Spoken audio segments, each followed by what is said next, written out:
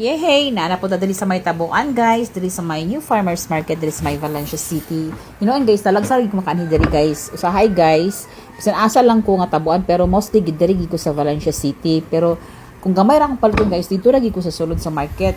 Pero karon kay magdagan-dagan akong palton guys. So, nakaanhimi, then dili mo ka guys makakita og mga mais, mga kamuting kahoy, kamuti, mga saging nga malong agunon or whatever na kana bitong mga kanang mga lagot mo, then nakapug kayo makita po diri guys mga veggies nga wala po siya dito, then mas lesser mo yung price diri guys kung i-compare sa sulod.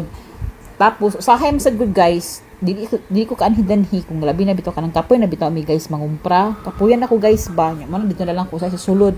Pero karon guys kana ako sa mood, so diri mi ang among tuyo diri guys is gamay ra man gid siya, so naka-focus gid diri sa may tabuan. So guys oy, sa ako naging giingon guys, basta makaanha bitaw ko tabuan guys, magtungkol gina ako mata guys kay ngano lami kayo ang mga fruits o mga veggies ni tan guys, sabi na bitaw ka mga bagong harvest.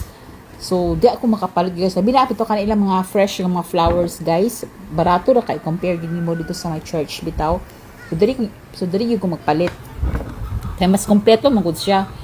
Malingaw jud ko guys, ay ambot na lang malipad jud ko guys, basta makanha bitaw kog tabuan na ambot na lang sumao gisuning roll guys no sa asawa ka din.